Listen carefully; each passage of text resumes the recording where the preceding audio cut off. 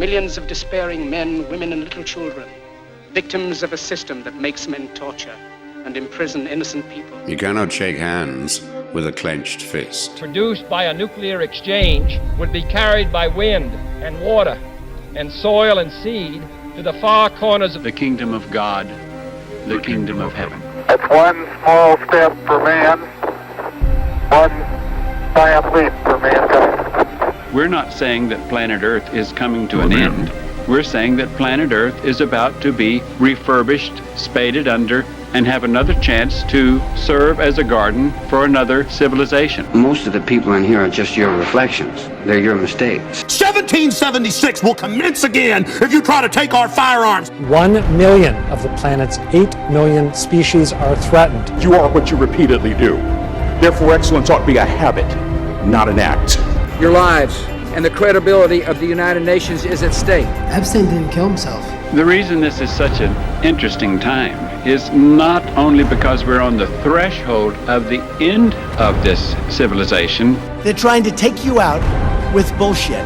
The experience of the past 2 years has proven beyond doubt that no nation can appease the Nazis. To those who can hear me, I say, do not despair. The misery that is now upon us is but the passing of greed, the bitterness of men who fear the way of human progress. The hate of men will pass, and dictators die, and the power they took from the people will return to the people. And so long as men die, liberty will never perish. In the language of the U.S. Department of Defense, these are unidentified aerial phenomena. Roswell's a very interesting place with a lot of people that would like to know what's going on. There is very compelling evidence that we may not be alone. This is the Garden of Doom.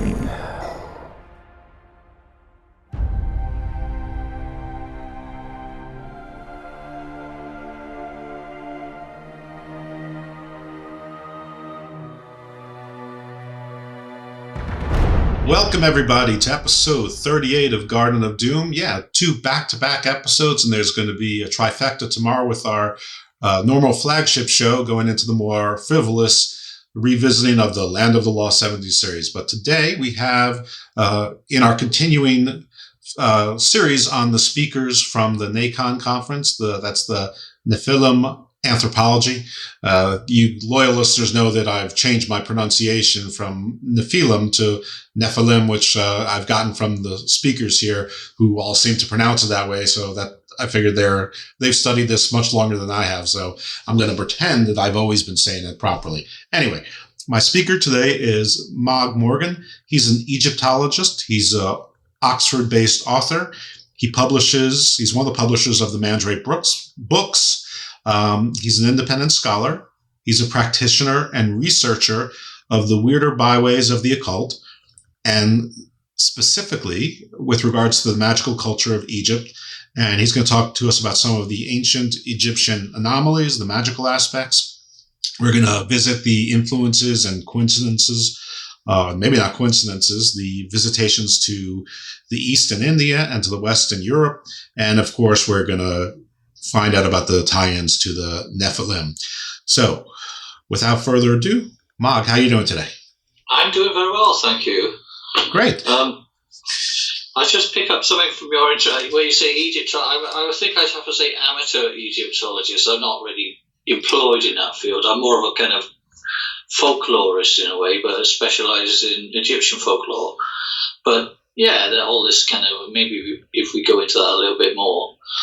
But yeah, I'm kind of certainly the idea of a practitioner scholar, which I think I mentioned in the thing. I'm a practitioner of some of the stuff that I'm studying, but I kind of like to think I'm taking a scholarly approach to it as well, or I'm doing research on it. It's not completely a work of the imagination, if you like. Not that there's anything wrong with that.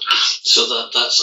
I think I'm one of a class of different of people at the moment, that have come along over the last, maybe, I don't know, people who are interested in the kind of magic, which is the kind of thing, but also maybe the sources of the past were a little bit inadequate, and so they've had to go and kind of up their game a little bit, really, and look at research, if you like, look at sort of hardcore research, and the other way round, I suppose, that it used to be that people who wrote about magic were, if from a research perspective, sort of academic perspective, might be a little bit kind of dismissive.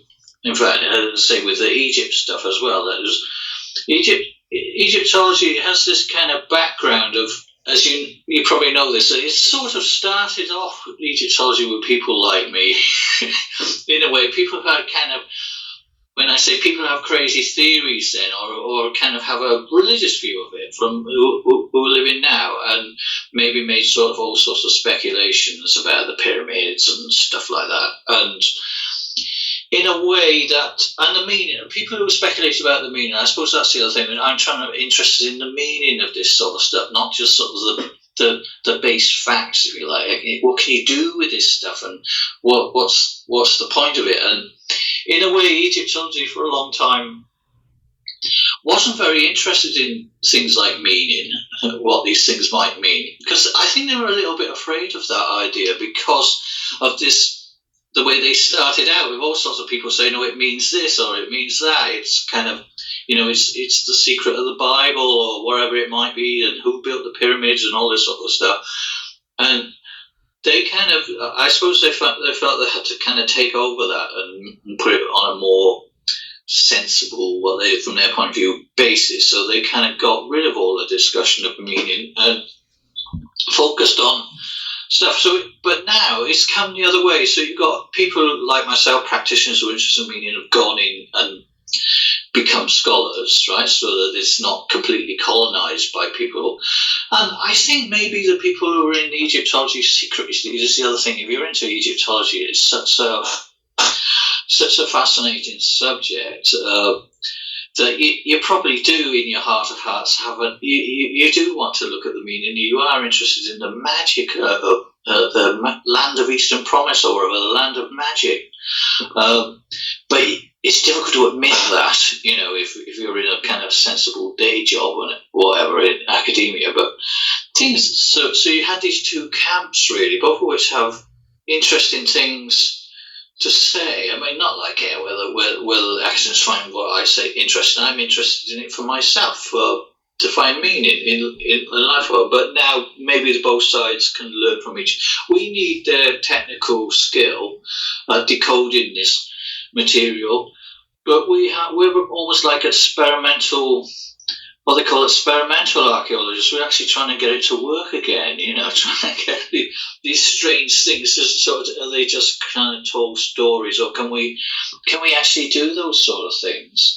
Can I try and frame this some for the audience who maybe don't know as much about the conflict as you do and I do? And you tell me if I'm right, but at its first of all, the audience knows I'm in my early to mid 50s.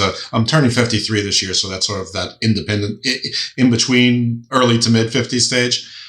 So when I was a kid, the King Tut exhibit came from Egypt to New York. I grew up in New York, and it was mainstream news to talk about the curse of King Tut. I mean, it was on all of the, and then there were 3 news networks, ABC, NBC, and CBS, and they all came from the New York station. That was national.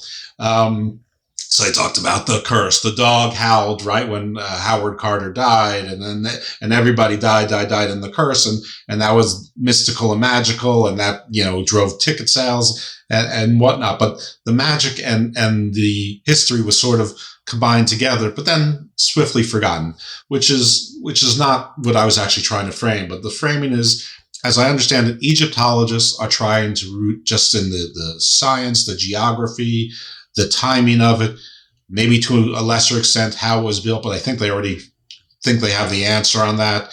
And just to preserve the historic sites and maybe preserve it for tourism and certain research and learn what they can from that. Whereas on the other side, they're more interested in maybe exploring, are we sure that this is how the items, the pyramids were built, and why is the Sphinx there? And why are there other Sphinxes other places? Why were they aligned in such a way? Were these just buildings, or, why do you explain all the caverns underneath and the chambers underneath? Were these energy conductors? Or were, the alignments to certain constellations and stars are pretty much a given, but is it more than it was just an honorific? Is it more than just it was by design, but by some necessity that channeled certain energies that we just haven't figured out how to use? So in some broad sort of rectangular box, did I sort of frame that sort of correctly as to what the conflict is? Yes? Yeah, I think that's fair to say. And the beginning of Egyptology, there were theories, crazy theories about the mathematics and well, I'm not saying they're crazy, because, some of the theories that kind of came up with by practitioners about the alignments of the pyramids turned out to be true. Some of it not so much, but lots of the ideas about the old stellar religion, if you like, the religion of the stars and the way things are orientated. That I think originally that was probably dismissed, because of the fact that people are kind of afraid of these sort of things. People have a taboo about the idea of astrology, for instance, in the kind of scientific world, if you like. And it sounds dangerously like that kind of stuff, observations and stars and alignments. They think, you're going back to the bad old days. But I think that there's a certain amount of acceptance that they definitely are doing this sort of thing. Perhaps not the continual arguments about the age of these things, of the pyramids. People try and put them back too far in time, when if you do look at the sources and the research, you can pretty much work out when they were built. But and that isn't so much an issue. But there's still lots and lots of areas where you need imagination. You do need an imagination to interpret some of this stuff, and that's what we're doing. I suppose from my own point of view as well, that in coming from a kind of magical background, which is a pagan background, if you like, a sort of the New Age and the neo-pagan revival and all the rest of it. So, we've got our kind of crazy theories and so, but some of the new sources, sometimes what the Egyptologists, the professionals, the scientifically based ones come up with it's actually more interesting than some of the crazy theories that we've had. People say, put the pyramids back whenever it was, the equivalent 10,000 BC, and they find out an interesting thing, which it would be an interesting thing. But if you look at the actual placing of the pyramids and the relationship with the kind of prehistoric cultures that existed before Egypt, that's actually, which everybody had ignored, including the kind of practitioners that kind of assumed there wasn't anything going on. That's actually kind of very interesting in terms of meaning, and it's more interesting than this idea that they're built by spacemen or whatever. That would be great, of course. But so I think there's a bit of a middle way then, if you like, between looking at some of the new research. That's the other thing. A lot of kind of practitioners, they tend to look at sources that are a little bit out of date, but are very kind of poetic sources that they really love and everything, and they don't want to let them go. But sometimes you say, well, there can be stuff in there as well.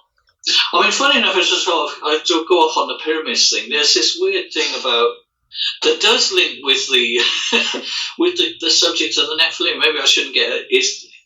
But there's the fact that around the base of the pyramids, in the whole area, there's an awful lot of fossils, which are fossils of this kind of frozen remnants of this previous world. And people, we know that they're there. You can see the fossils, but it's obviously that the people who built the pyramids and the whole culture, they were aware of that these were fossils. They may not have.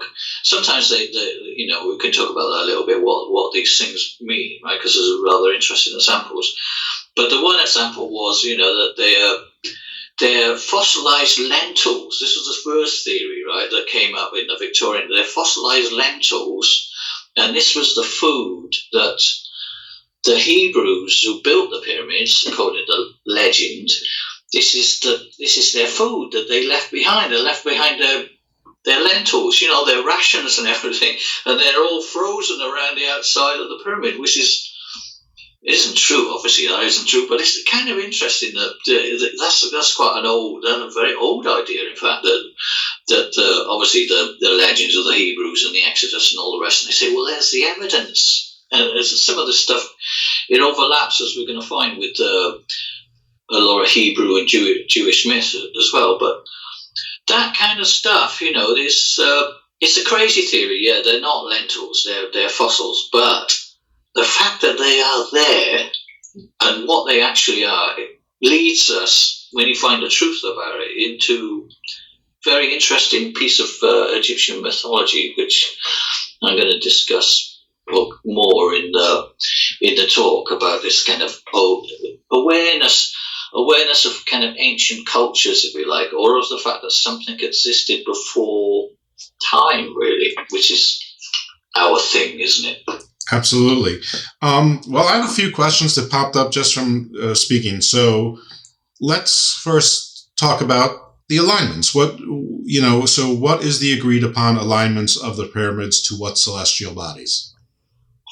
Well, they definitely have to be aligned north-south, don't they? I mean, the most important alignment in human culture, in a way, certainly in Egypt, is north-south, east-west, right? Which sounds so obvious, but that's almost built into the laws of thought now. And I suppose one of the reasons Egypt is sort of this strange place because it's built north, south, east, west. It has this river that runs north, south, and then of course the sun goes from the east to the west. So the pyramids definitely align to those sort of to the northern constellations, which is particularly which is the Ursa Major, what they call the imperishable stars, and also the southern ones, which is the constellation Orion.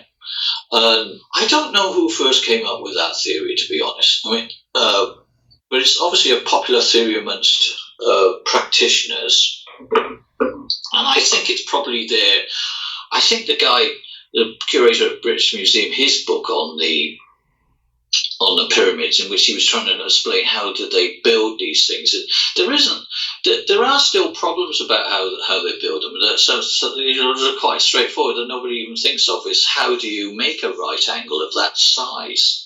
If you're a surveyor, right? Obviously now you do it, you kind of have a laser sight and all this sort of stuff. Well, they didn't have those, but you think, well, they just, all right, you can find the northern part of the pole star and everything. You get your northern horizon, and you can make a false horizon, which is apparently, and you can work out where these exact things are. But when you're actually building something on that scale, and you don't have laser sights and everything, how, as a surveyor, do you actually make a right angle that's so accurate? And people say, well, you get a piece of string and you just sight it on the line, things like this. And you think, yeah, but if you have a piece of string that's, I don't know, a couple of 100 yards long, and it's not made of metal, it's going to kind of stretch a little bit, right, over that period of time. It's going to stretch even a few centimeters or whatever. So it's going to be quite a hard process to actually do it. So, in practice, without getting, because it's like if you were kind of make your house like this, you'd probably think, well, it's roughly straight, isn't it? And but by the time you get to the top floor, it'll be slightly skew-width. You end up with the pyramids are not. They have this very precise piece of alignment. Right. You have the pyramids that are very disciplined in shape and have lasted thousands of years. Versus, a Dr. Seuss house versus a regular house. There are other little problems that just come, and maybe these are easily explainable because I'm not an architect, I'm not an engineer, but it seems to me that if you're aligning things with stars, well, the stars are out at night for the most part, and you're building during the day for the most part. And the other thing is that the stars move and the Earth, so the position is slightly different. I don't know if it's day to day or over time, but and yes, the Egyptians knew about this. I mean, they were astronomers as well. So they were very... That's how they did a lot of their stuff. And it's I think everybody acknowledges now that all of the temples and not just the pyramids, but all sorts of buildings have these sort of this geomantic process taking place. They're always aligned to something. They're always telling you some, if you like, you can call it a secret. They're always kind of pointing you in some direction or other. Or they're making observatories. You go to this very famous temple of Hatshepsut in Luxor, and it is a giant observatory. It's positioned in such a way that you're observing the kind of eastern horizon, so you see the sunrises as well, but you also see all sorts of things, and it's got all sorts of apertures inside it so that you can measure it. How accurate that sort of stuff is, but it's definitely what they were doing, and they were doing that right. Actually, they were doing that not just from the beginning of Egypt, they were doing that from prehistoric times. I don't think that's. I think the evidence is there for that now. They found that in the Egyptian desert, all sorts of the first stone circle, if you like, which are stone circles, which you have in a lot of those in Europe, which also have alignments, which people sometimes speculate about, and sometimes they're kind of completely obvious. They found the stone circle in Lake Michigan. In the desert. It's in the Egyptian desert. Yeah, I'm sorry, we're speaking over each other. They found a stone circle at the bottom of Lake Michigan in North America. Well, there you go. Well, I suppose I went to an interesting lecture the other day that the American Indian culture, they have science as well. They have astronomy. I don't know or the native American culture, then, if you like, of parts of America, of Canada or whatever, the thing they call the medicine wheel, with some of which they can't date. There are these artifacts, so maybe it's one of those things. They are things for observation of the stars and all the rest, and also to coincide that with the ritual. And it tells you, I suppose, in terms of meaning, which is explained to me that it's about resonance, really, within that culture. You're finding the position of the stars in order that somehow your ritual resonates with the position of the stars. And that, funny enough, you find out in Native American culture, North American culture, and you also find out in Egyptian culture there's sort of similarities there. They're not connected in any way. I mean, I suppose there's another kind of way I come at this. There's this thing, I guess you could call it deep mythology, that all this, everybody, it's this human thing all over the world, or certainly all over the Northern Hemisphere. When you look at some weird records, because some of these things are in quite obscure places, but you find that there's this connection. There's this sort of same mythology being worked out in the same place, right? Often, as you say, connected with the stars. But we don't have to sort of speculate that they're connected to each other necessarily. They may well be connected, and that one person has learned it from another. Maybe that's deep mythology. Maybe it's there. This is somehow embedded in our consciousness, but it's there in the landscape that you dig into these. That's one of the things that I came up with the Nephilim, is that essentially that is what you would call deep mythology as well. It's a very, very old, obscure myth, even for the biblical experts, which, I was listening to one the other day, and he said it's kind of a really obscure passage in the Bible.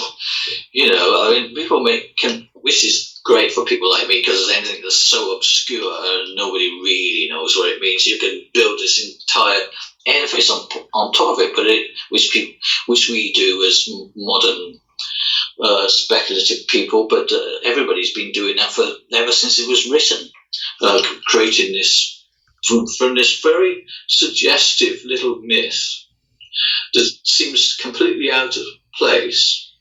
Well, what is that? What's that clause that you're talking about?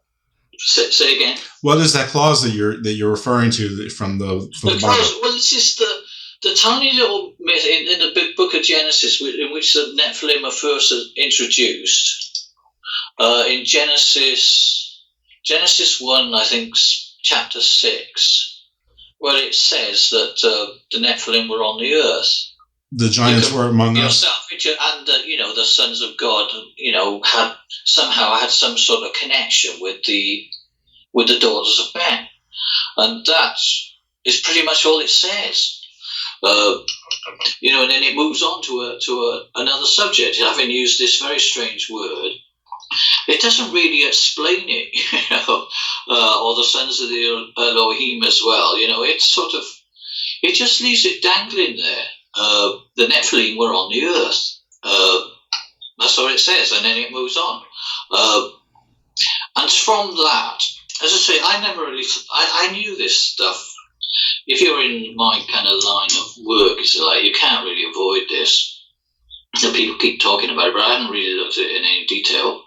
But it was interesting to watch a kind of Jewish scholar talking about it the other day. He was talking about demons, in fact, because it also is about demons. And he said, this phrase, the Nephilim, he said it's obscure. And he's an expert, he's got all the sources and everything. He says, it's obscure. How did that end up in there? And I think that's a good example of what you would call this deep mythology. And usually, I think people will try and edit it out in a way or ignore it. We had a certain amount of discussion about. See, one translation of Nephilim is giants. It's very common to call them the giants. Yeah, I was just going to ask you that, if you thought that was the first subtle attempt at editing, was to change the word from Nephilim, something mysterious and not known, to giants, something that, while still sort of magical and interesting, also trivial at the same time. I mean, everybody knows what a giant is. There's giants in every myth, and something that people could dismiss rather than the sons of God, partaking with the daughters of Adam. Yeah. Well, I know there was a little bit of a barney about this, I think, when they kind of announced the conference, because they used the term giants, somebody used it, or in some of the discussion, and people kind of said, what do they know? They've obviously fallen for that one. And, gone down a blind alley and everything and blah, blah. So I wondered about that, but then I was thinking, because when did people start calling it giants? And they say, well, it's actually quite a long time ago that the term giant was used for the Nephilim. It's 2,000 years ago, when the Talmud was actually translated into Greek. I think, well, they're closer to it than we are. When you're I know this from other areas in Egyptology. When you're dealing with classical accounts of old texts, you can't just dismiss it. They probably know more about it. In a sense, they know more about it than we do. They're actually closer to the material than we are. So you can't dismiss that. So anyway, to cut us, I think it's completely acceptable. It's what you would say the native authorities. It's their decision. The people who translated the Talmud into Greek were Jewish scholars of the time, and it was completely accepted that was the right. That's they chose the word. And in fact, if you talk to, which I've done, to a few Jewish scholars and Hebrew speakers, I don't think they see the issue. In modern Hebrew, Nephilim just say, it's a giant, a special type of giant, incidentally, not because there are other words apparently in Hebrew for giant. So they can't say, well, what are you talking about? This is our language. That's what it means. That's what it means in modern Hebrew. You think, we'll say, well, what did it mean in Hebrew 2,000 years ago, or whatever it was? And it turns out that the learned people chose that word. So it's and it's not a one-off either, right? There's actually a thing which is shared on Facebook called a Hebrew book of the time, called the Book of Giants. So there you go. We're gonna have you made me think. People do think the term giant is strange, right? Or it's a bit silly, maybe. Or what are you talking about? Whatever. But I think even from a magical point of view, we can. In magic, the idea of adopting one of the dynamics in magic we get from the Egyptian magic is this concept of making things smaller or making things bigger. If you want to kind of reduce the power of something, you make it smaller. In imagery and all the rest, thus a very dangerous entity such as the god Set is always depicted as a sort of smaller than all the other deities, if it's going to be depicted at all. Sometimes ridiculously small, right? Like a kind of little pygmy hippopotamus with all these kind of giant humans around. It doesn't seem at all threatening, which is the idea. But if you want to, and you can do that, people that's still a concept within magic or within psychology. If you want to minimize somebody who's threatening you, then you kind of diminish them a little bit. Right? You think of them as small, and that brings them down. It makes them less threatening, and it makes them less scary in lots of ways. It's a very important dynamic in psychology. And the opposite is the case as well. There's a thing called giant consciousness, which is if you want to adopt your magical persona, you always make yourself a little bit bigger in your mind's eye, in your imagination, than you actually are. You expand yourself. You never kind of, you do all these different things at the same time, of course, but that's quite an important concept. So it's quite a lot. I'm going to write it down. Actually, it's quite good. I'm going to. From talking to people, it's funny what people pick on. I wouldn't have thought that was problem, but I was going to talk a little bit about in the lecture about that notion of giant consciousness. What does it mean? Because it's known from all over the shamanic and magical tradition, and like a lot of things, people think about fairy tales. No, but as I say, to go back to what we were saying, I think you've got to accept that the giant is one of the meanings of Nephilim, something on a very large scale, and one way or another, and also a special type of giant. It's not the normal thing, and there are all sorts of Hebrew sources that back that up. And I just thought maybe the people who introduced that idea to try and knock it down, to say, oh, that was a mistake. I think really they just don't like the idea that there is this kind of very supernatural element to the Bible right at the beginning. Right at the beginning of the thing, it gets into this very scary supernatural territory where it's saying, which we're not used to if you come from sort of Christian or Jewish background, maybe, that the idea that you've got this one God. Maybe you've got angels and stuff, but the idea that there are these other entities in existence, and you don't need a person like me to tell you about it. It's there in the text. It's better at known. So I think people wanted to airbrush that out, really. I don't think that's the scary part. I have sort of an alternate thought on it, because I don't think you find that scary. Okay. No. I think that the Bible starts with the supernatural. You start with the God, you have the angels, you have the demons or the devils, you have the serpent, which later is, decided was Satan. Whatever, doesn't matter if Satan's a person or the evil, flip side of the angels.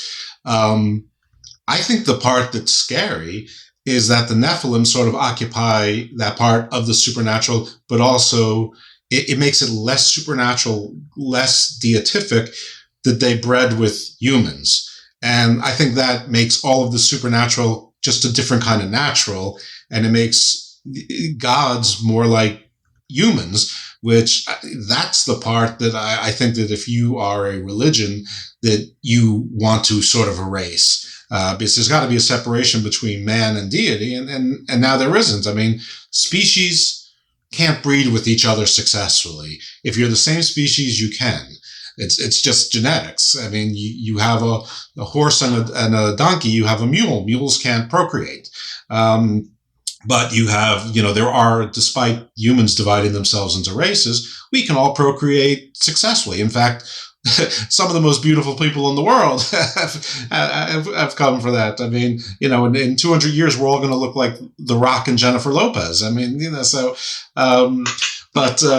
which probably isn't so bad. But yeah, I think that's the scary part, is that the supernatural really wasn't supernatural. No, I think you got a point. I think that's scary as well. That it's certainly one of the class characteristics of the Nephilim that is also very unusual about that passage, is the fact that they have to be able to have intercourse with human beings, in some sense, intercourse in the broader sense. I mean, obviously it's sexual because but yeah, they have to be, and that's something.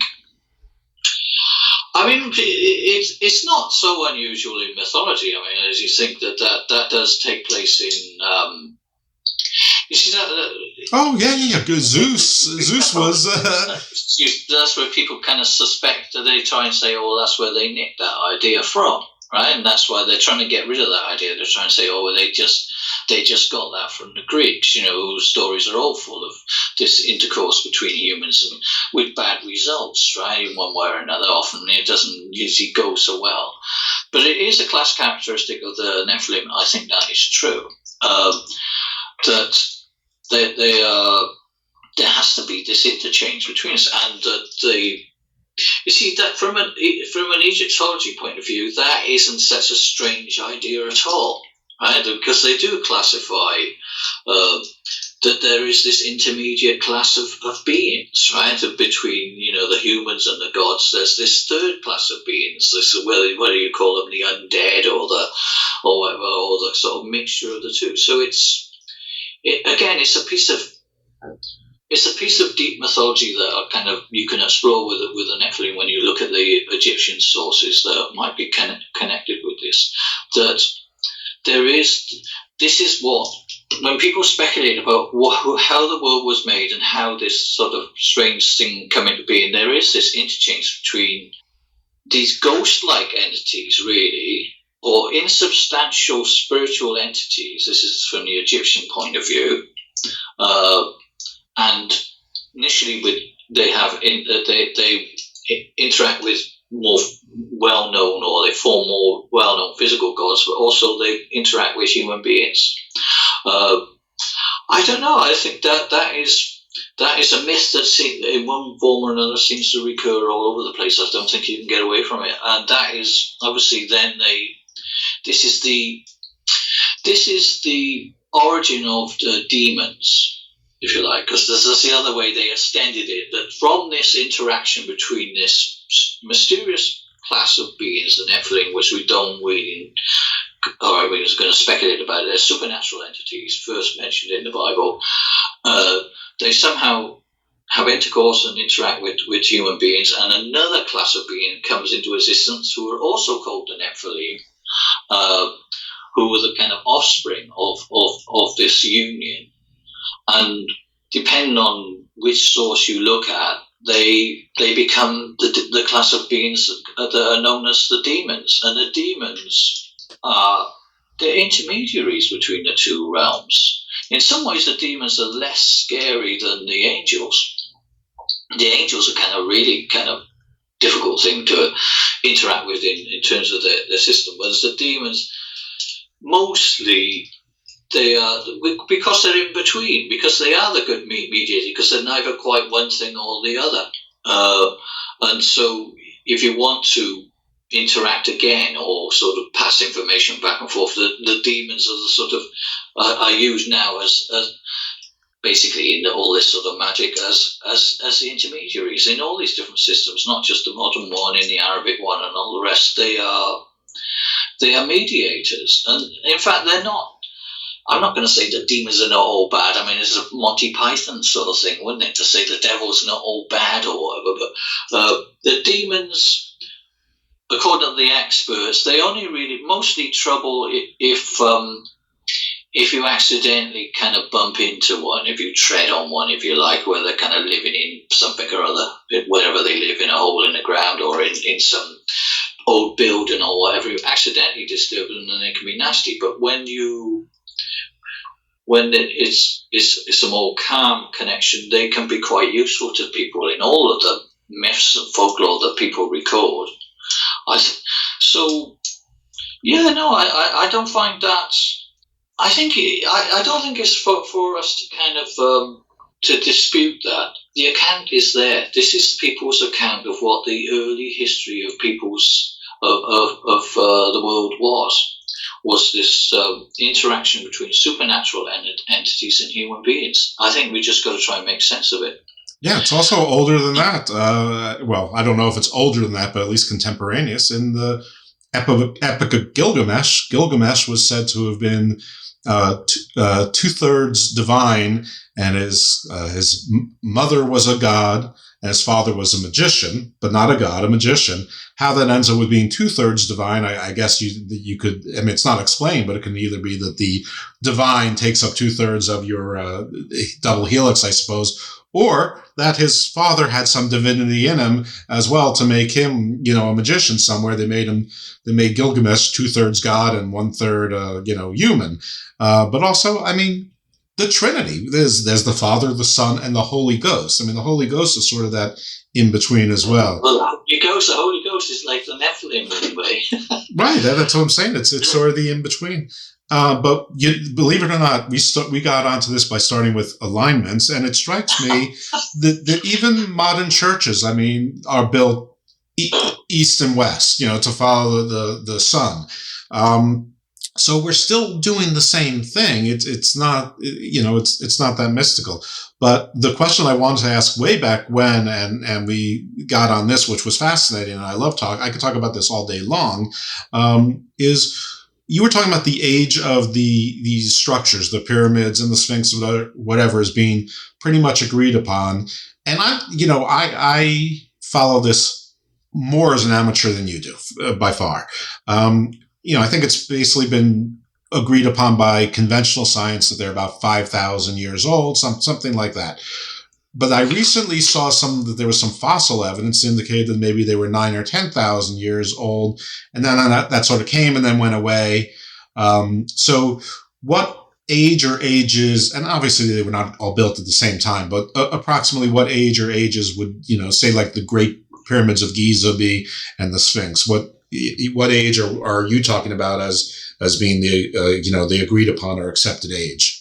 I think not as much as 5,000 years now. I think they kind of would say in a way we would say something like 2,500 BC, maybe even earlier than that, 200 BC. So that's about let's say 4,500 years. It's a long time ago. Sure. Now I know people want to kind of read it back in time, and there's something, especially the Sphinx. There just are problems with it. I think maybe people who were of that frame of mind would stick with the Sphinx, and maybe they would think the Sphinx might have been a pre-existing monument, and which people venerated in some way, and the pyramids were kind of built around it.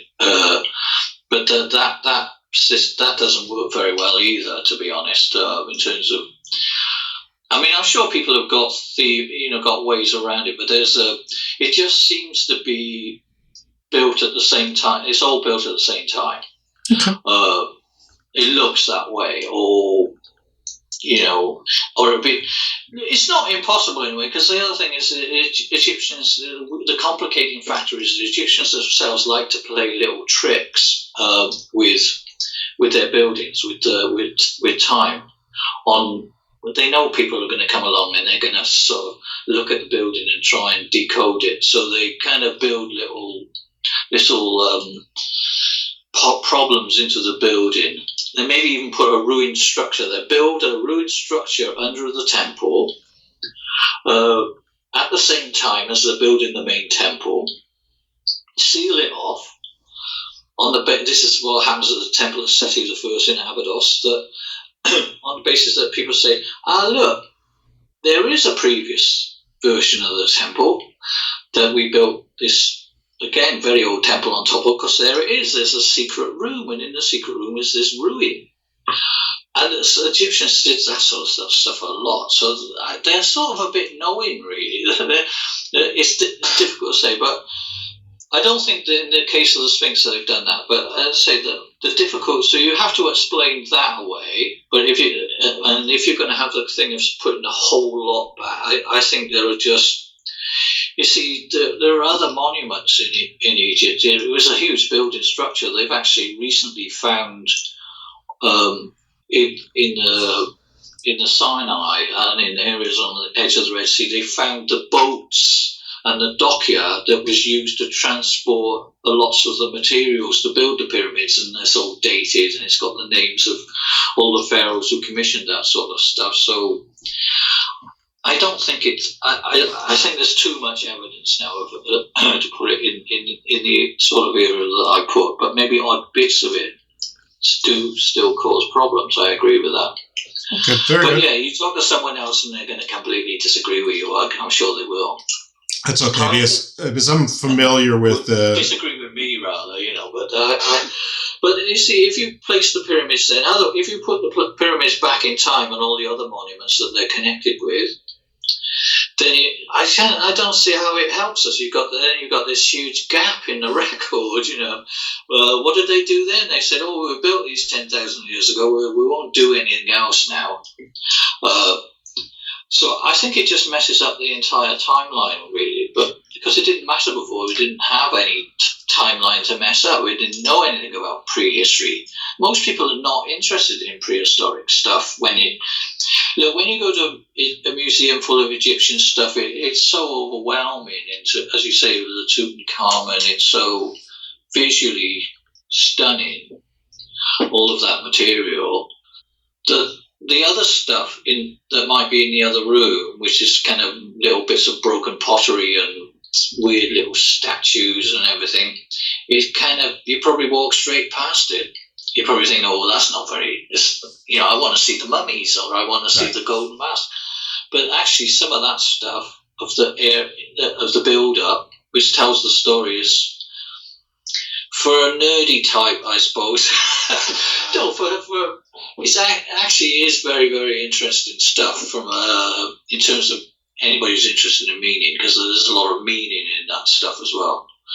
So I think that it's not like there's a blank slate before the building of the pyramids. There's lots going on, and you have to explain if you're going to get rid of the pyramids as some sort of culmination of all that. That's how I look at it. Yeah, it's funny how you describe the building of the Egyptians as having little secrets and misdirections. One, it reminds me of what filmmakers do now, like in the Marvel Cinematic Universe. They put Easter eggs throughout the movies and little teasers at the end. It's not much different than that, but it also occurred to me, as you were saying it, that maybe the misdirection was purposeful. And obviously it's worked if 4,500 years later we still haven't worked out all the stuff. So, perhaps they knew exactly what they were doing. Maybe they learned it from their forefathers, ancestors, or other cultures, whatever. Whatever the reason for it is, it's happened.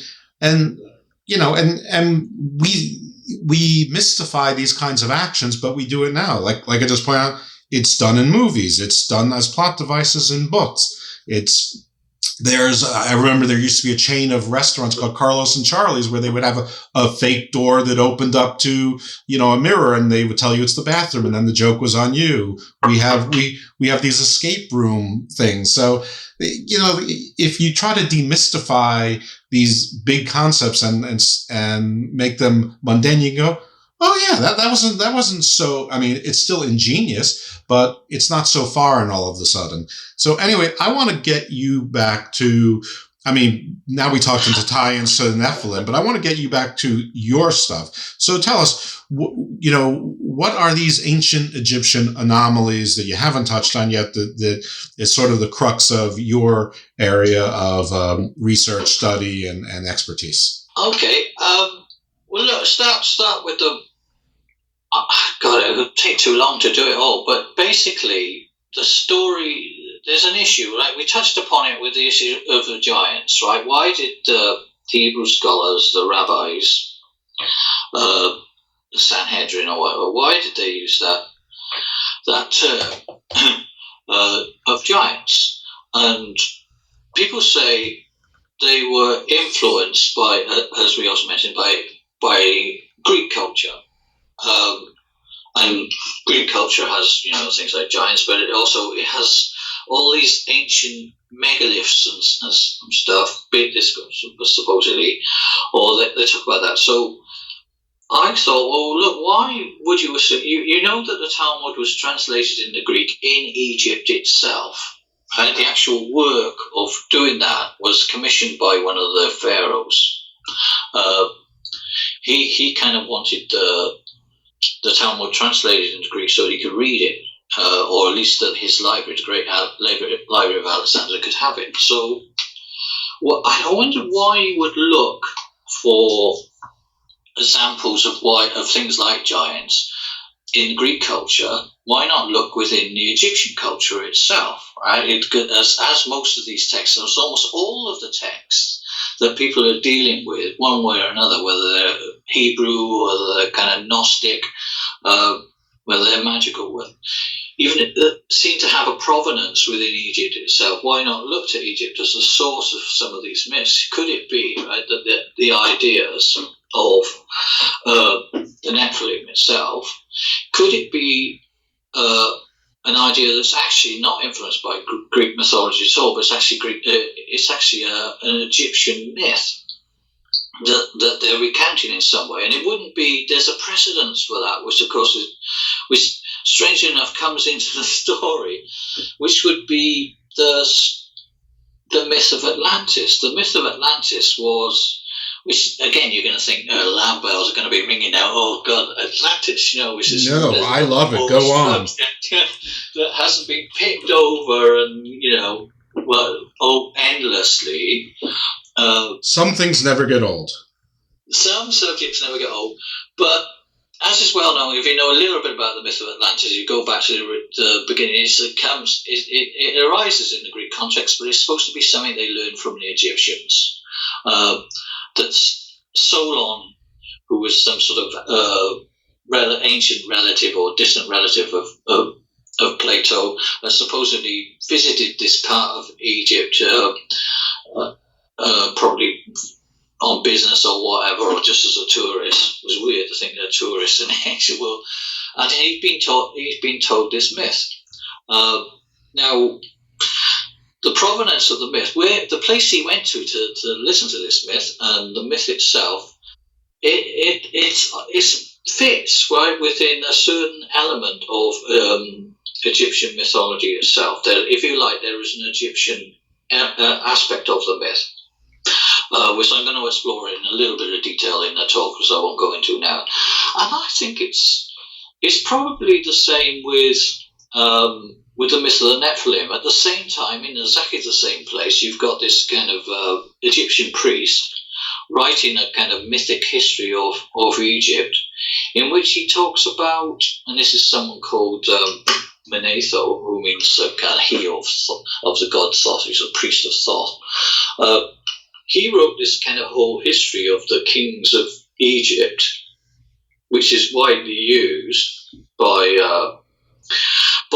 kind of scholars and one source. But the first part of this is usually ignored because it just seems so outrageous. They think, well, no, they don't know what to make of it. This sort of account from Manetho about the sort of rule of the Typhonians in the kind of prehistoric parts of Egypt. They say, well, it just doesn't. They can't make anything of it, but it fits the whole myth and the place that it rises, that connected with these other myths. It fits, right? So I suppose that was one of the anomalies. And when you say, if I take it back, I know you've done that to the thing of the giants. See, part of the myth is that Egypt was once ruled by giants, basically, not to put too short a thing, or at least put it this way. Plutarch says that Egypt was once submerged beneath a vast sea, an ocean. It was beneath the ocean, right? And this isn't. He's talking about the prehistoric realm, and the relics of that being submerged. The relics of that ocean are all around us in Egypt. This is what the Egyptians say, what the classical sources say. So sometimes, as you probably know, if you go out into the Egyptian desert, there in the middle of the desert, you'll find the skeletons of whales, enormous whales there. Or if you go to Luxor, was a very popular place to go where the Valley of the Kings is and everything. You've got a thing called Pyramid Mountain, which is an enormous mountain, which is in the news at the moment because they've just made yet another cosmic discovery there. But if you go to the top, if you look at the pictures on the news, right, of the site of this new city, you get quite a good view. You can see all these enormous strata really high up. And if you go onto one of those strata, you'll find a beach. You'll find the remains of a prehistoric beach. You'll find fossils. You'll find meteorites as well. You'll find the fossilized bones of these giant gods. Now that's how they looked at it. In fact, almost it's a kind of hidden undercurrent within the Egyptian temple and within the culture that they have these relics. I mean, of this prehistoric time, of the giants. The relics of the giants are actually stored within Egyptian tombs. This is a strange thing. When they were excavating one of these tombs in Egypt, before they could get into the tomb, see, normally this sort of stuff, certainly 100 years ago, would be completely ignored, right? Nobody's really interested in bones. They want mummies. So they come to the tomb and everything, and it's full of about 4 tons of bones. Before they can even get to the tomb, it's stuffed full of fossilized animal bones from the top to the bottom. Tons of the stuff. They're all black and they're all fossilized bones, so they're not animals that have died when the tomb was made. They're enormous quantities of fossilized black bones that have been collected by the ancient Egyptians themselves and used as backfill in the tombs. They do that for magical reasons, really. The bones of the animal itself is a colossal animal. It's the bones, there's no secret, it's what's called the black bones of Set. The black bones of Set, right, who is the kind of, if you know a little bit, the Set is, for want of a better word, say the personification of evil, right? And in all of these stories to do with the Nephilim or to do with very ancient sort of demons and everything, Set, or Typhon as the Greeks call him, is always going to kind of come up in the story. So it's kind of weird, right, that coincidence, which struck everybody at the time, that the tomb is stuffed full of the black bones of Set. But not only are they just black bones, they're fossilized bones. I mean, they'd be kind of rare by anybody's standards, really. And they're of a particular strange size, and they've been treated in a special way as well. So there's a kind of understanding within Egyptian culture itself of this period of time, if you like, within the Egyptian culture before the building of the pyramids, before anything, when these strange entities, right, who had intercourse between this ghostly entity and the human beings, and who were of a giant stature, and who ruled for a number of years. So the kind of, I suppose, this was an incredible. I thought it was quite an anomaly to have found it. I didn't expect to have discovered that connection that would be as deep as it was. And of course, as you probably know, maybe you don't know, but I specialise in study of magic and in the study of folklore, but also because it involves a certain amount of demonology with this entity Set, or otherwise known as Typhon. Call him Set Typhon now, which is a whole another subject that we could go into, but probably take too long. But it was kind of strange as well. It was a nominated. I thought, well, they asked about the Nephilim, and suddenly the whole material drags me down back towards. You might think that there's going to be a bit of a put-up job or whatever. I don't think it was. I didn't really expect the Egyptian priests to describe the time of the rulership of Set as being a time when giants moved on the face of Egypt. It's very, very strange, I thought. So that's one anomaly. Well, that's more than enough, isn't it? That's a good anomaly for now. How about the, well, you definitely touched on some of this, but you were talking about the magical aspects. Is that sort of a separate topic, or are there particular items that you wanted to touch on with that, or is that sort of embedded into what we've already discussed? Well, I talked a little bit about the magic of being a giant, but of course there's the other element, which, all right, you've got this obscure little story in the Bible, in the first bit of the Bible, that gets expanded upon in the Gnostic tradition, in the Hebrew Gnostic tradition, where they write the Book of Giants, and they expand and explain, because they had to come up with a theory of why demons, for some reason, all right, they came up with a theory of where the demons come from, and it kind of fits into this. So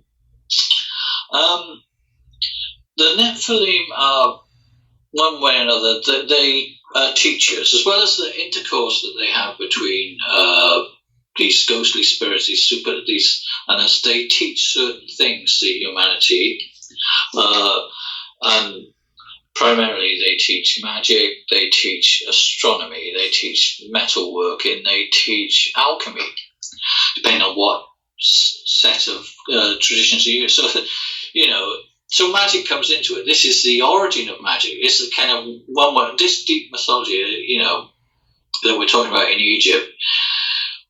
You see, magic has a very, very elevated status in Egypt. It's not like it is now, but it probably, if you think about the modern approximation, it's a little bit misleading. It's huge there. It's kind of figures in everything, really. So the god who teaches magic, certainly the first one, is hugely important within that culture. It's the kind of driving force, it's the energy of the whole culture. If you're going to talk about Egyptian anomalies, you kind of have to acknowledge the fact that these are magical, and the thing that they teach is the practice of magic, which is, magic is Egypt. Egypt is magic. That's the sort of central thing that they believe in more than almost anything else. And it's strange that it keeps repeating itself as well. In the story, I'm not going to go into too much detail. There's a destruction, there's a flood, there's a myth of the flood within Egypt as well, and of the destruction of earlier creation, which again is another one of these things we can unpick from the biblical story. And there's also a colossal serpent, which is the opposer, if you like, who is there right from the beginning. This sort of serpent law. And it's in the battle between these Nephilim, the gods, and this opposing serpent that magic is developed. And in fact, it keeps happening as well. It happens again in Egypt when it goes through a bad period. Then they develop certain magical techniques, which take too long to go into now, I should mention, but in order to kind of deal with these sort of issues, to deal with the real things that are happening in people's lives. So magic enters into the story in a big way, really. I think in both traditions, and all the different traditions. So we're not going to be able to avoid that.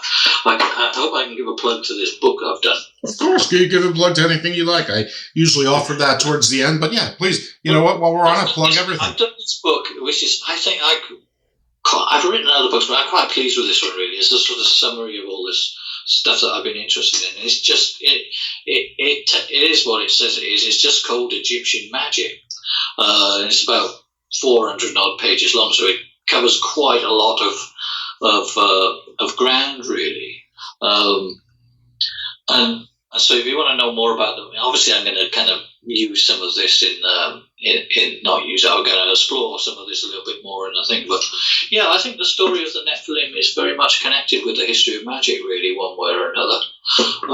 You can't avoid it. So you need to kind of do some sort of apologetics or explain magic as well. That has to be done.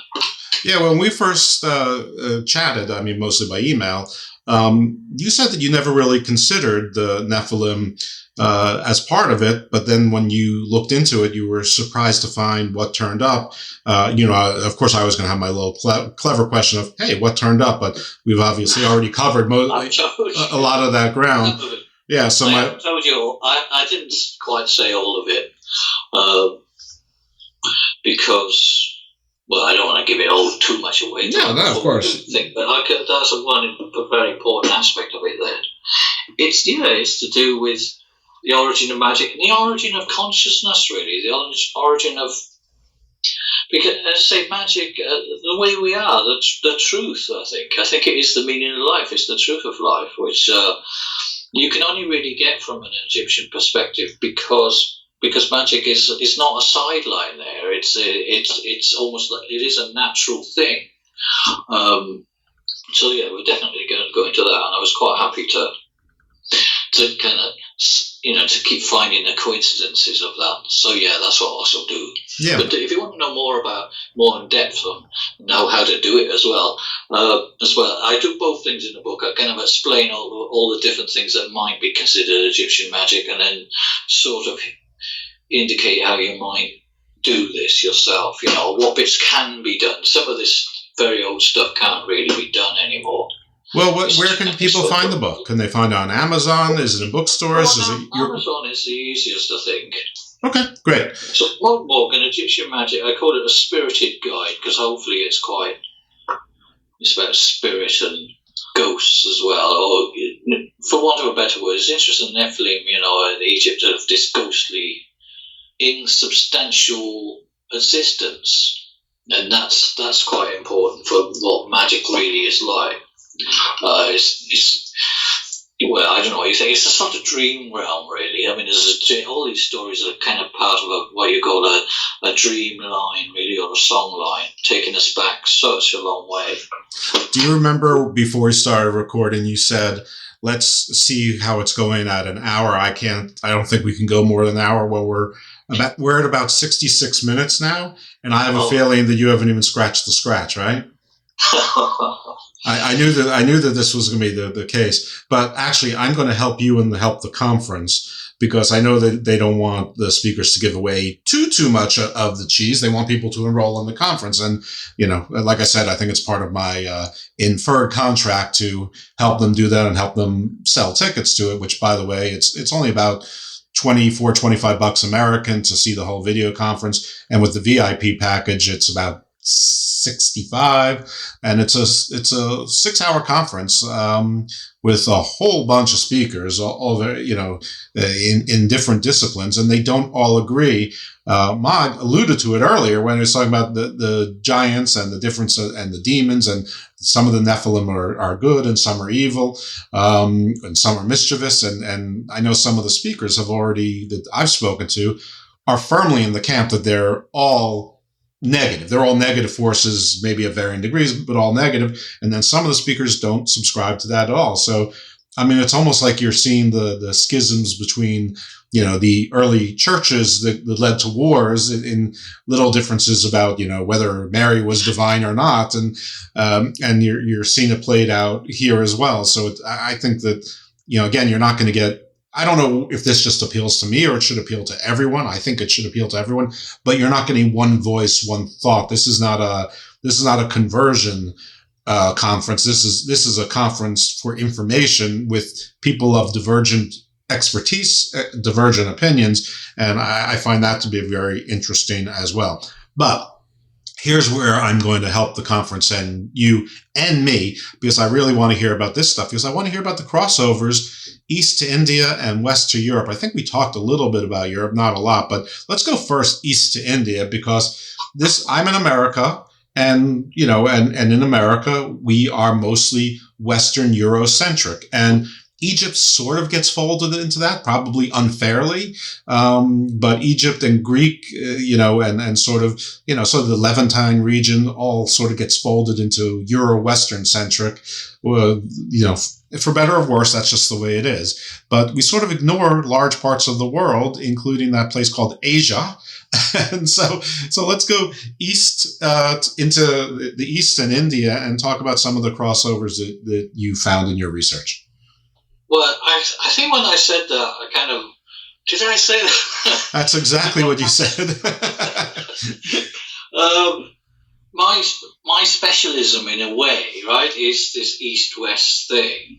I had to think about it. It wasn't specifically to do with Nephilim, but now that you've mentioned it, I suppose there is something. But my specialism is this unknown, but true kind of connection between, firstly between Egypt and India, and this kind of trade that took place between them of ideas, which I kind of explored in a book called Isis, the goddess Isis in India, which again sounds a bit wacko, but there's archaeology for it and everything now. Quite strange. It doesn't sound wacko to me. It doesn't sound likely to you, or no? It doesn't sound wacko. It seems very likely to me. It doesn't sound wacko. Well, there you go. Well, it's some people. I worried that people would think, because it's always been a New Age dream, or theosophical dream, to find Egyptian culture within India, and they kind of never quite made it. Unlucky, I think, in a way, because. They didn't. This is Blavatsky, so they didn't look in the right place. But or maybe the discovery of first of all the classical world in India was not something that it didn't happen in the theosophical world times, in the Victorian times. It was after the Second World War that the Egyptologist Mortimer Wheeler, had just been demobbed. The war was over, and he thought, well, he'd go back to his old trade of Egyptology, of archaeology. And he started wandering around the museums of India, and he kind of say, oh, look at that fish behind the shelf or something. So a Greek pot or a Roman coin or whatever. How did that get there? And so they discovered the existence of the Romans in the south of India, who, as a trading nation, obviously it was never part of the Roman Empire. So there's this kind of transference of ideas, or there's much more of a flow of ideas via the trade routes from India to Egypt. Certainly looks like there was a temple of the goddess Isis who did tend to travel around in the south of India. And in fact, some of the myths, some of the tantric myths, or some of the kind of national myths of the area, perhaps even within things that you call tantra, have this Near Eastern flavour and connection to them. What's tantra? Anyway, most of that, if you check out a book called Isis, Goddess of Egypt and India, which I actually do quite surprised. Most of the details of that, and there's more and more coming out about that now. But that's not specifically about the Nephilim, but okay. We could say in terms of demonology, that the demonology that people use in the West, even in America or in Western magic, which primarily they get from the world of the Byzantine. The actual version of a lot of these demonic texts have this strange route. They go from Egypt to India, and then via things like astrology and all the rest, and astronomy, they then through this Islamic world, it becomes Islamic in India, they pass into Sufism and into Islamic occultism, and then they come back to Byzantine and they come to us. So the version of a lot of the demonic texts that we use, that people study, has this strange sort of spiral movement. It's actually probably a version that came to us ultimately from India. Although some earlier stages, obviously they're passing these things back and forth between them. Because magical culture is a very international culture in lots of ways in a classical world. So to consider Nephilim, in one of the stories that I found, and this is the same with the Nephilim, there's an idea that people always say, oh, it comes from Mesopotamian. There's a myth like in Sumerian myth, I'm trying to find it now, and it's funny enough, it's connected with the constellation Orion. So I'm not going to be able to scoop it through it. Now, in the Egyptian versions, the myth of the Nephilim has as we were talking, it has an astronomical component to it. It's connected with astronomy and certain constellations. It's quite a complex system, but that comes into the mix as well at one stage. And these constellations like Ursa Major and Orion, which is thought in some cultures will be another name, as another version of the. Here you go. I think they call it the Apkallu. Don't really know much about it. This is Sumerian mythology. There were 7 legendary culture heroes from before the flood who were of human descent but possessed extraordinary wisdom from the gods. And one of the 7 Apkallu, called Adapa, was therefore the son of the Babylonian god, despite his human origin. So, in the same culture, the word Nephilim in Aramaic apparently means the constellation Orion. And the Nephilim themselves, as the offspring, are the offspring of the constellation Orion in mythology. So there's a kind of, now you might think, well, this is, all right, Sumerian, Aramaic, what's that got to do with India? But the strange thing is that in India you have this very old sacred text called the Vedas.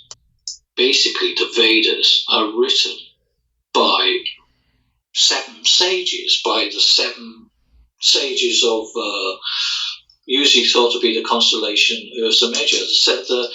The composition of the Vedas, which is an incredibly old text that were kind of, I don't know, that people, they heard them. They heard these sounds being vibrated around them. That's the kind of literal meaning of this thing.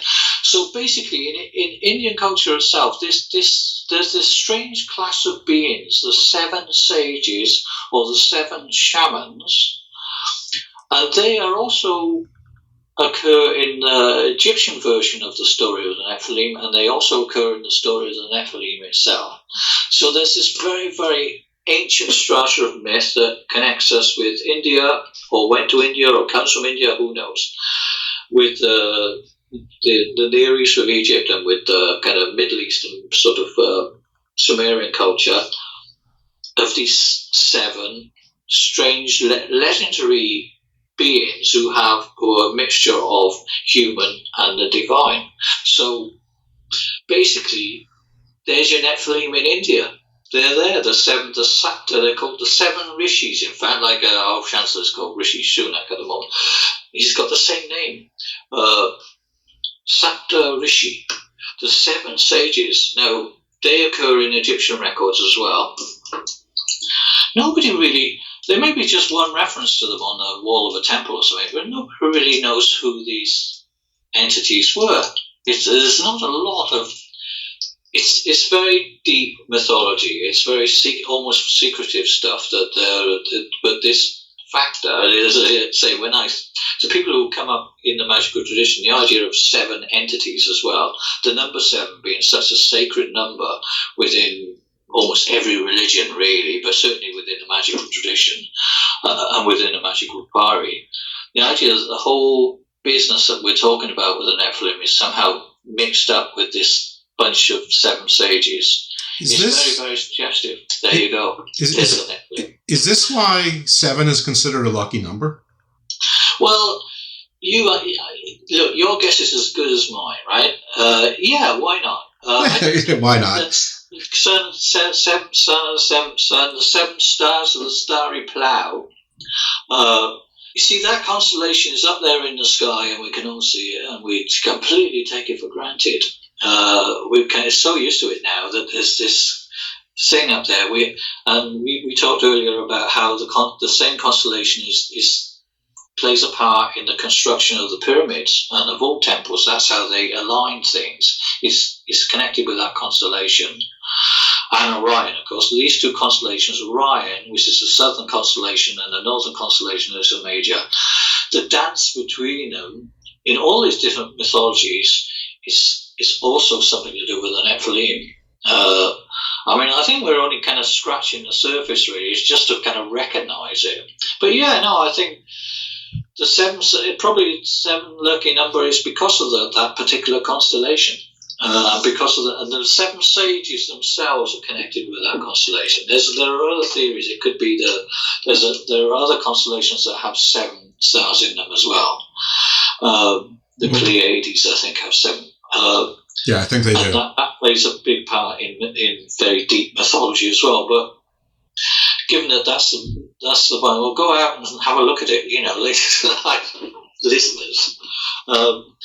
We take it so for granted, that thing, where you kind of think what it would have been like when there was no street lights and it really was such a vibrant thing in the sky. The idea that is creating something. Yeah.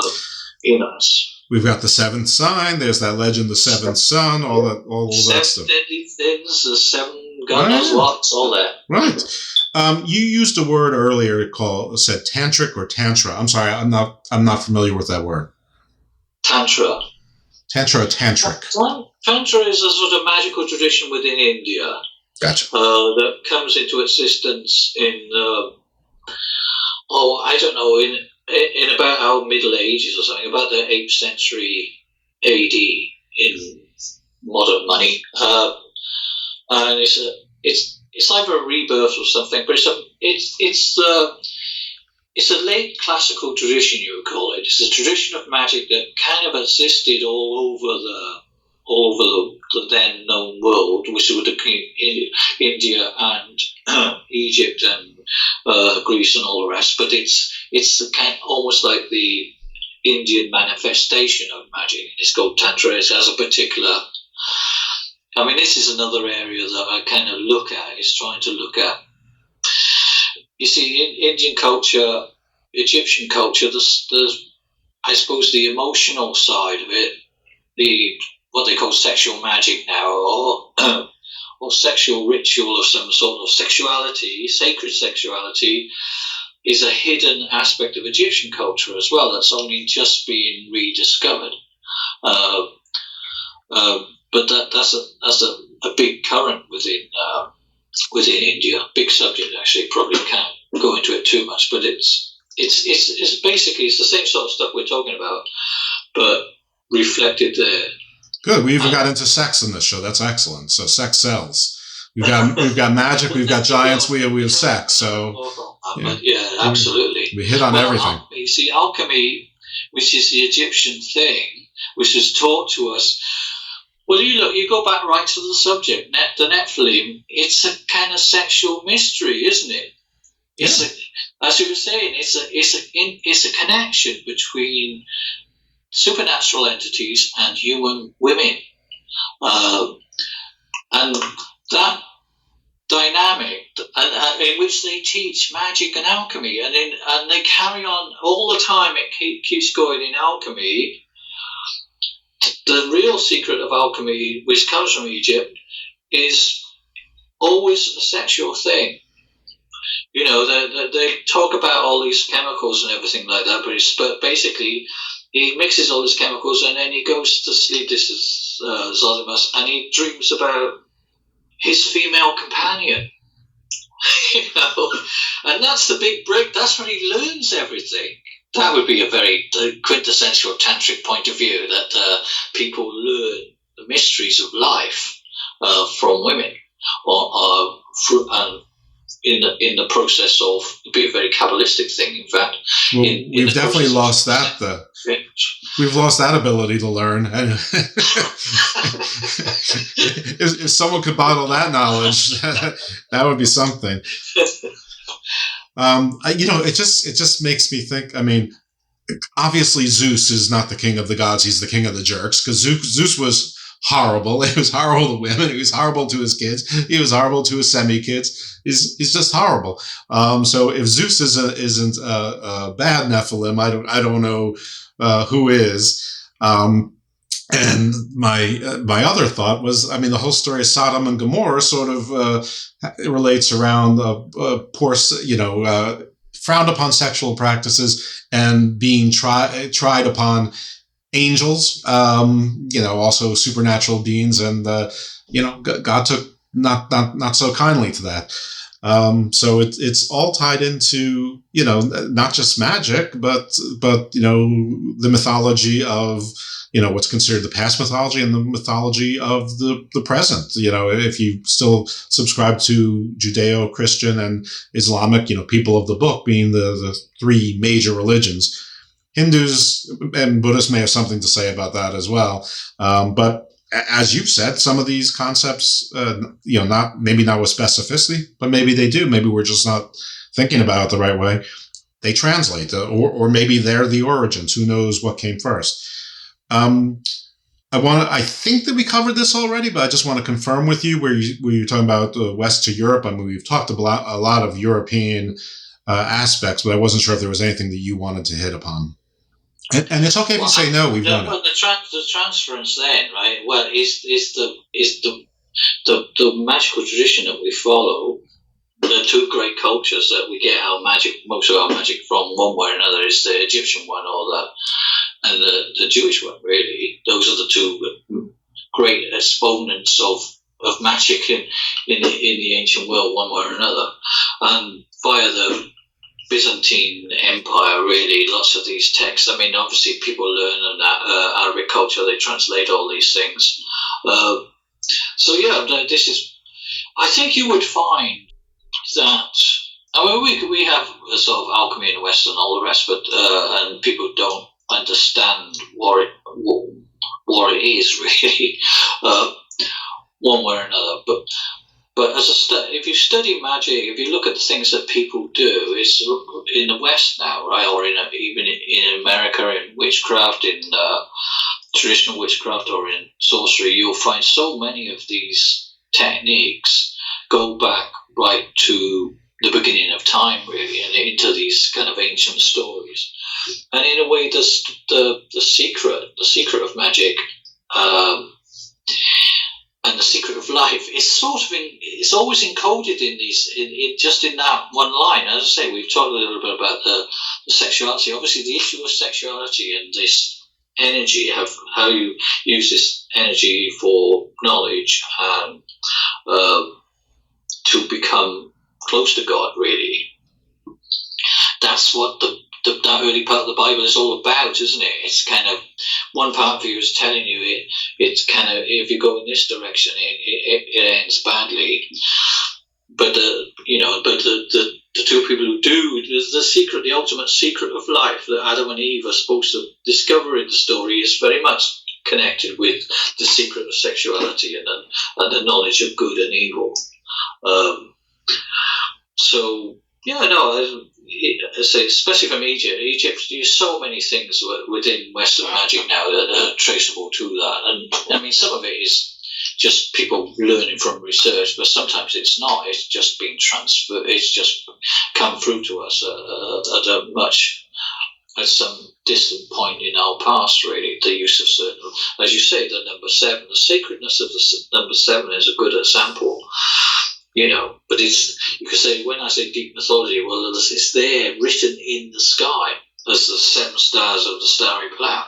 You can learn directly of it that way. But in terms of magic as well, the number 7 keeps repeating. The number of times you have to repeat a spell or make a certain sound, or the use of the sort of colour red is a good example. The use of sort of magical puppets and dolls and stuff, which seems like that's such an ancient history, really. And then it's sort of, strangely enough, it's all connected with this story of the Nephilim one way or another. Let me ask you, before I forget, I want to ask you first a favor. That Jewish scholar that you were talking to, if you could either refer them to me or get me their information, I would love to talk to them as well. And if you have any, and I'm trying to work my way to a numerologist and someone on sacred geometry, which may well be the same person. I would love that as well. I have a feeling that you may have someone in your Rolodex that fits that description, or at least knows someone. But back to what you were just talking about, we can't talk about magic and Western magic without talking about the old UK, where you are, and Merlin and Druids. So does any of this tie in with Merlin or the Druids, or am I reaching now? You mean the historical Merlin and Taliesin and the Celtic myth and all that sort of stuff? What do you mean? I mean whatever you tell me it means. I don't see why not. Well, God, just you to open up all these such huge subjects, really. Well, of course, we have all these stone circles and everything, and then for a start, the constellation, the northern alignment in the stone circles and of course the alignment of the sunrise and stuff. Now, it's said that Merlin and Taliesin there have some, or the Druids, if you like, have some. Maybe they didn't. The time of the Druids is not the time of the people who built the stone circles. Although there is, that's my alarm going up. There is this. It's getting too hot in here. There is this continuity in some way, not in terms of religion, but continuity of use of places like Stonehenge. People kind of continue to reverence them over time. So there's the geomantic culture that connects us with the ancient Nephilim and the giants. Giants are supposed to have built Stonehenge and all the rest. So I don't see why not. God, I can think of other examples, but I better not say. That's all right. Like you said, it may be another topic, which in Jeff world means another show. So that's fine. And also, since we're talking about the conference, we should probably stick to that. But you said something. I should just say with the thing that Fabio asked that. I think he's done a YouTube. There's a very good YouTube lecture by this guy. There's loads of, at the moment. It's a very, very productive time for scholars coming out and teaching people like us who are interested but not as expert as them. There's a dialogue. And they're talking about things. So there's a very good YouTube lecture in English from a Jewish scholar from Israel who's done all the research on demons, really. What demons within the Jewish tradition, he summarizes the whole lot, tells you what the sources are, what you need to know, and what they thought about it. And I would say listen to that and get in touch with him if that interests you. Well, what's his name? He's a great guy. But I'll have to send you the link for that. Okay, please. That would be wonderful, because I would love to talk to him. If I can't talk to him, I can listen to it, and then I can at least summarize it. I don't like doing solo shows, but I will from time to time if my plan A and B fail, and so I have to go to plan C. But I'd rather have a guest that has more expertise and also conversation, because you never know where the conversation takes you. Like here, when you said very early on that you're part of the neo-pagan movement. So what in the God's name is that? See what I did there? What in the God's name? I should have asked you what your show. I don't know who your target audience is. And everybody is my audience. Well, what is neo-paganism? Well, I suppose from throughout the 20th century, magic. Well, put it as I like the Egyptian thing. The Egyptian culture came to an end, to a horrible end, and people forgot their language, and horrible things happened, and good things happened, if you like. But right at the end, they kind of prophesied that they would come back. Egypt would rise again. So you have a prophecy in the West, funny enough. So I suppose in the 20th century, after an uncertain history, if you like, of ups and downs of magic came back. It revived. Magic has revived. So that it couldn't be exactly as it was in the past. Well, because who knows? Maybe it is. Maybe it is like that. But there's some things obviously a bit different. So it's a revivalist movement. It's a revival of the religions of the ancient pagan world, essentially. Sometimes the Greek ones, mainly the Egyptian ones, the Indian ones as well. And I say neo because it's sort of obviously people are giving it a slightly different spin. Well, that's fine. So, but it's supposed to be one of the huge phenomena of lockdown, actually, which is rather scary because obviously historians sort of say, well, in times of when things are really going down the plug hole, people start getting more interested in the occult and magic and stuff. But I hope I don't know. I don't accept that really. I think it's a legitimate thing for people to want to have a spirituality. I suppose it's about making your own religion up, really. That's the primary thing. And like, you look, a person like me or whatever, we kind of have ideas. We're not afraid of having ideas, right? That's a crazy, a bit pretentious in a way. We have these huge theories and everything.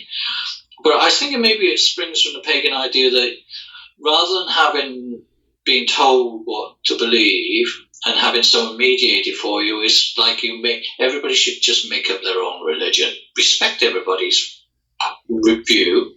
Take what's good from old religions and other paths, but essentially, it's what everybody is doing anyway. Everybody who lives has to make their own version of history, their own religion, their own philosophy.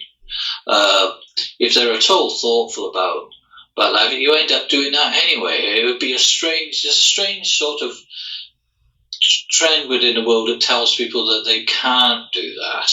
You can't make up your own view. You say, well, why can't I believe what I want to believe? I want to believe certain things.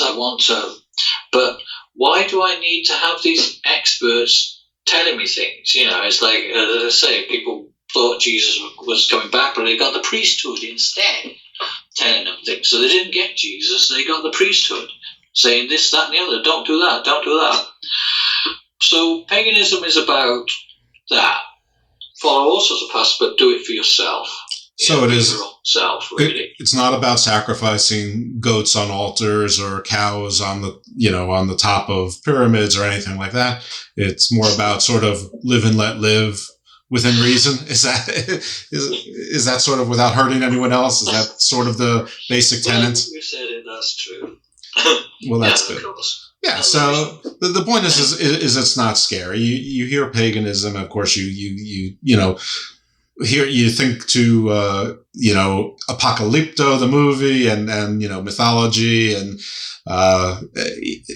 and horror movies where there's cults sewing people into bear outfits or bear hides and then burning them and things like that. So I guess maybe it happens, but I say it's an adventure. You wouldn't say it's not rather say it's scary. It's supposed to be a bit of an adventure.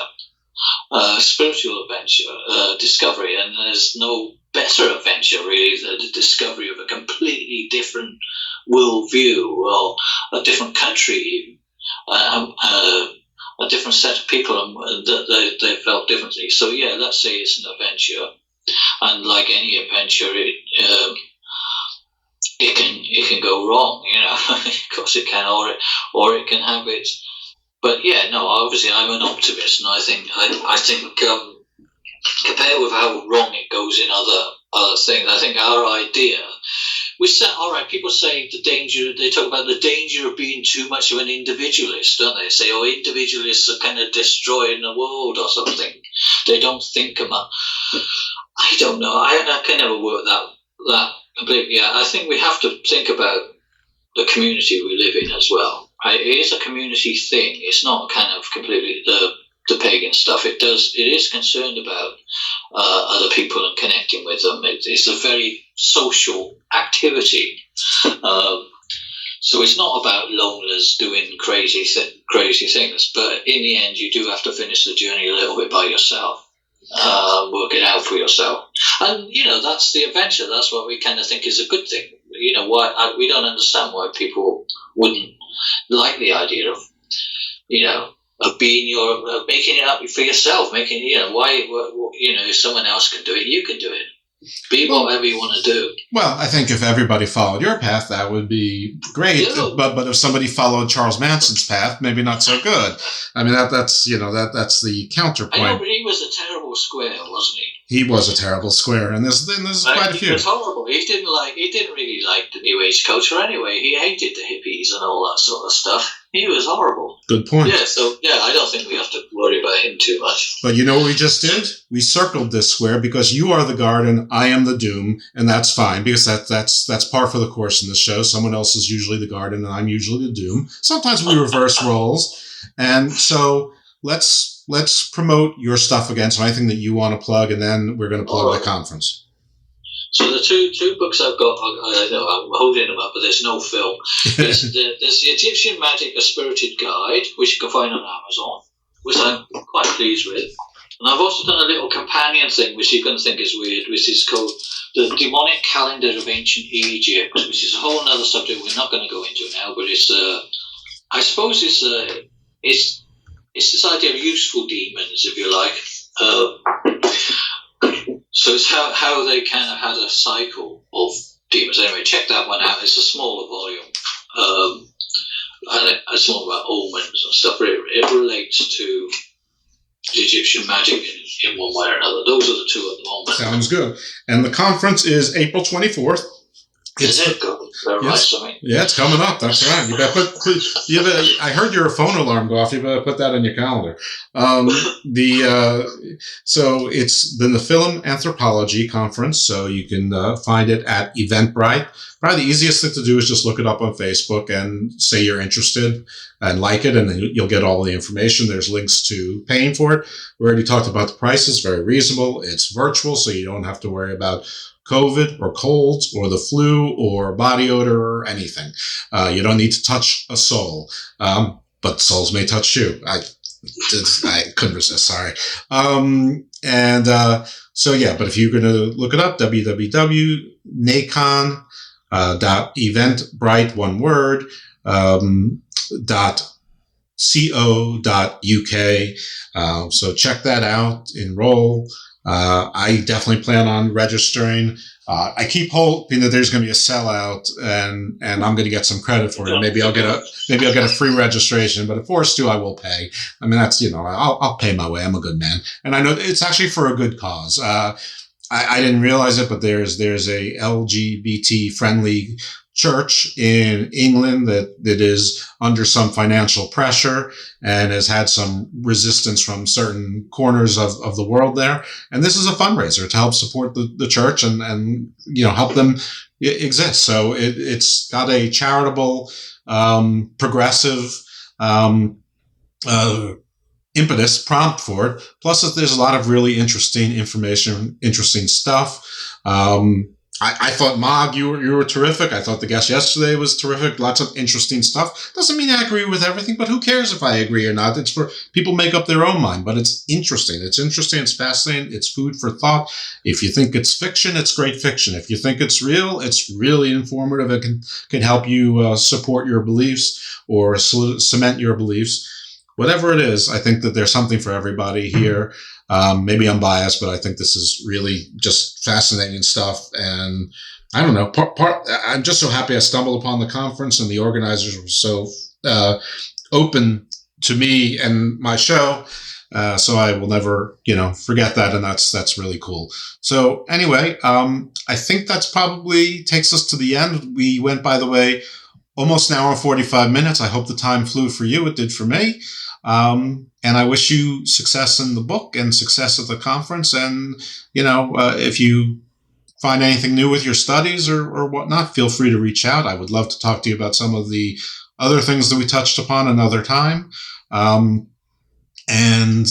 if you're kind enough, and remember, please forward me the link to the scholar we spoke about, because that's definitely information for another show that I was planning to do anyway, and I would love to have the foremost expert on that as at least one of my sources. So thank you again, Mog. We'll check you out at the conference. Okay, take care. You too. Okay, folks, so I just said goodbye to Mog and thanked him for his help, and he's going to send me some names hopefully for future shows. But listen, I promoted the conference yesterday and today, so you've heard it, and you already know that the show is coming up tomorrow with the Land of the Lost. So I hope you found this as interesting as I did. If you've been listening to the show for any amount of any percentage of 38 episodes, you do find this kind of stuff interesting. So very good. I'm very pleased with it, and this show, like I said, episode 38, very exciting, and enroll for that conference. I don't think there's a better bargain for just the, for a lot of things that the Garden of Doom covers. So, all right, take care, everyone. I'd like to talk seriously just for a moment. One of the great art exhibits ever to tour the United States is the Treasures of Tutankhamun, or King Tut. But I think it's a national disgrace the way we have commercialized it with trinkets and toys, T-shirts and posters. And about 3 months ago, I was up in the woods and I wrote a song. I tried to use the ancient modalities and melodies. I would like to do it for you right now. Maybe we can all learn something from this.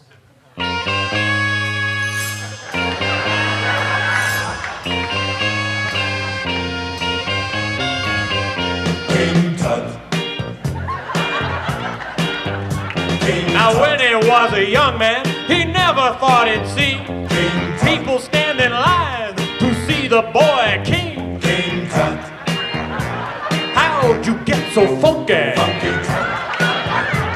Did you do the monkey? Born in Arizona, moved to Babylonia. King Tut. King Now if I'd known they'd line up just to see him, I'd taken all my money and bought me a museum. King Tut.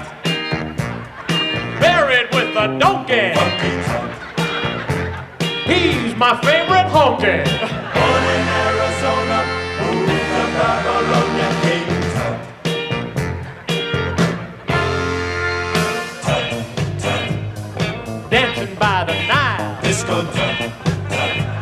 The ladies loved his style. Boss Tut. Tut. Rockin' for a mile. Rockin' Tut. Tut. He ate a crocodile. He gave his life for tourism.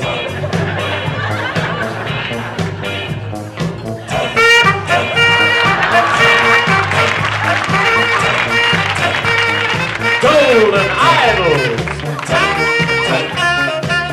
He's an Egyptian.